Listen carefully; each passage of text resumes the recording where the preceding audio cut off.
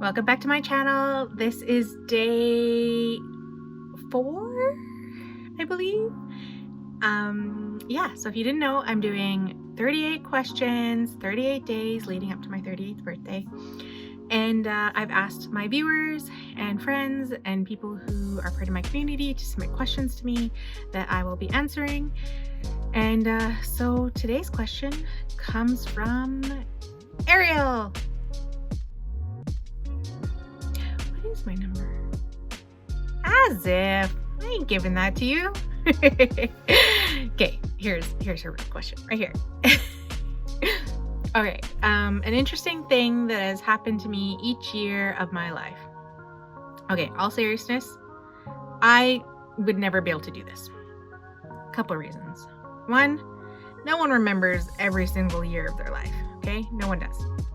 But in all seriousness, I've suffered childhood trauma, so there's parts of my memory that I'm not 100% sure about because it's not very clear, and that is just a symptom of having traumatic things happen to you as a child.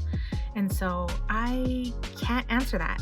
And I've had definitely parts in my life where I, again, don't remember things exactly because either something traumatic has happened to me and my brain said, you know what, we're gonna check out a little bit because we need to to preserve ourselves. So yeah, I do have gaps in my memory places, but yeah, that is a symptom for anyone who's handled trauma. So in all seriousness, that was a serious answer, but let's do something lighthearted. I also am just really bad at celebrating myself and thinking about anything interesting. I don't even know what would be interesting. This is so vague. Oh my God, such a vague question. Okay, you know what? I'm gonna pick one thing per decade. So I've been alive 3 decades. If you don't know what a decade is, that's 10 years. You know that right now? You know that now? It's 10 years. So the first 10 years of my life, interesting thing about myself, I still am a very shy person. I was very shy as a child, and so my mother decided that she was gonna put me in acting and modeling as a child. So I did like a lot of acting and modeling as a child. I took a lot of lessons, I went to classes, I entered into competitions and stuff. Yeah, to be honest, I was really little. A lot of it was just really scary because I was like, it was like forcing me to come out of my shell. So a lot of those things I probably carry forward with myself today. It's also how I know how to do some of my makeup, is because I did a lot of makeup classes, learned about makeup for TV, learned about makeup for walking a runway and how important it is and how it's different than your everyday makeup. So I did learn a lot through that. The teenage years of my life. So interesting thing. I skipped a lot of school. I don't know if that's really interesting, but I skipped a lot of years of my school, and yeah, I barely attended, but I always knew I was going to graduate. I just was barely attending. And usually when I would show up, I would just, finish all my homework. And I actually learned that I'm really good at self-paced learning.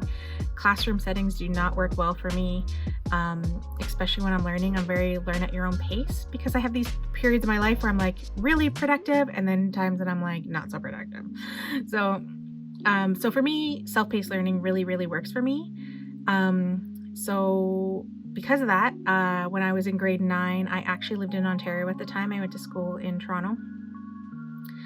They were doing this program, and I actually finished my grade 10 math and English advanced in grade 9, because I was in this program that they were trying to catch me up, and then I ended up going past grade 9 because I was in grade 9. And yeah, so I think that's pretty interesting. I think that's interesting. In my late 20s, I went back to school, and I decided I was going to be a writer. I wanted to be a storyteller. I was learning more and more. Like, what do I want to be when I grow up? That's what I ask people. Even if you're like 40 years old, I'm always like, what do you want to be when you grow up? It's important. Keep asking yourself that question, because we're always still growing. Doesn't matter how old you are, you're still growing.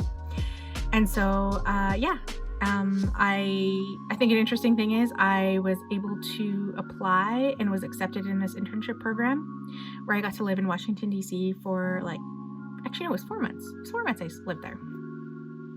And it was actually really cool. I got to visit museums. I got to meet new people. It was actually really cool. And for someone who's shy and usually lives with their family a lot, it was an experience for me. It was out of my comfort zone. I was really shy. I had so much anxiety leading up to this that I didn't know what I was doing. And I'm really proud of myself that I pushed myself forward and I got to do really cool things when I was there. So I think that's really interesting. Now brings you to my 30s. Oh God. So I finished my school, did all that, and then I started making my first film. My first film was made in my 30s. It was a documentary on the truth and reconciliation called Journey Towards Reconciliation. You can find it online. If you look at all my videos, there's a Mio Pamatsuan, that's my production company, and those are films that I've made, and so I made them all in my 30s. So I officially became a filmmaker in my 30s. And yeah, so I guess those are interesting things from each decade. I hope you enjoyed that. If you have any other questions, feel free to post them below, or you can go to my Twitter, which I pinned the Twitter post on my Twitter profile, or you can join my Discord and you can ask a question there. Please don't DM me. I do not look at my DMs. And yeah. So please comment and like and share this video. It really supports me in the content that I'm trying to create. And don't forget, you can watch me 3 days a week on Twitch at twitch.tv/simplyaretha. Wow, that's hard to get out. All my social media is Simply Aretha. Everything's pretty consistent. If you have any social media, just put Simply Aretha and Google me and it's most likely me. Yeah, so that's it. And I will see you in the next video. Bye.